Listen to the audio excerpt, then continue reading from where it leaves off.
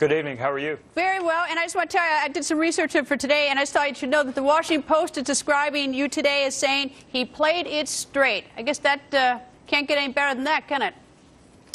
Well, if that's your goal, and that was our goal, was to play it straight and to prove to our fellow citizens that some things can rise above the den of politics. So I appreciate anyone who reached that conclusion. That was our objective. All right. So what did you learn today? There is bipartisan frustration with this cycle, Greta, that we have. We have a tragedy or an attack. We have a blue ribbon commission that investigates it, makes recommendations, and yet the attacks come. One of the most important parts of the hearing today, I thought, was going back 25 years to the Beirut barracks bombing. The recommendations are almost identical. That bombing, the East African bombings in 1998, and here we are in Benghazi, but yet the State Department won't change. Well, tell me if this is correct from the hearing today, that according to the ARB, that was the review board at the State Department, they said that Ambassador Stevens was an expert of some sort in security. Was that right? Did they say that? Well, they said he was an expert with respect to Libyan policy. Okay. And that he had asked numerous times for more security. Had he done that? Yes, ma'am. Right, unquestionably. So I guess the big question is, when he asked, was anything done? Well, no. Well, the only thing that was done was that we reduced our security footprint. That was the line of questioning that you showed a clip of from Peter Roskam from Illinois, which is, you talk about how wonderful the ambassador was, and he was that wonderful, but yet when he asked you on the seminal point of providing more security in Benghazi, you turned him down. In fact, you reduced our security footprint.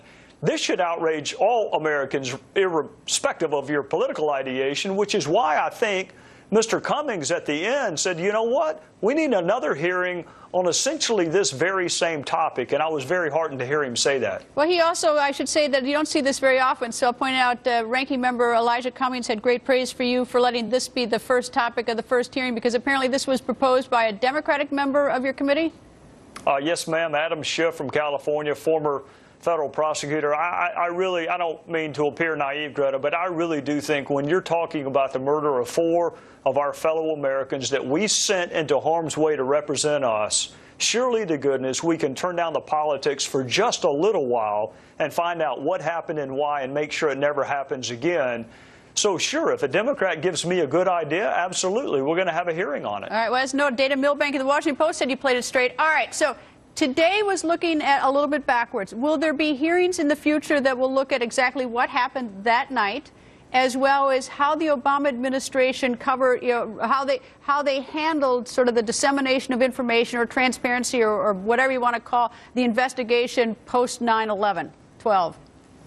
Yes, ma'am, to all of the above. We are going to answer all of the questions that are outstanding with respect to the before, during, and after Benghazi. We're also going to make recommendations on how to make sure it doesn't happen again. But as I said today, Greta, I am willing to risk asking the same question twice. I am not willing to risk not answering it once. And even though other folks have looked in Benghazi, there are still unanswered questions, and I owe it to the family members of the 4 who were slain, and I owe it to my fellow citizens to ask all the questions about Benghazi. Can I ask you one quick question? You saw the report about the former State Department employee Maxwell, who says that documents were tossed out before they're handed over to the ARB in an effort to, that it looked a little dirty.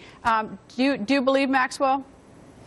Well, Jason Chaffetz and I met with Mr. Maxwell, and you're a much better lawyer than either me or Mr. Chaffetz. So what you would do is what I'm going to do, Greta, and that is give Mr. Maxwell an opportunity to say what he perceived to happen, and he's going to have to give us the names of the other people who were involved, and then we're going to give them an opportunity to say whether or not they have a different perspective.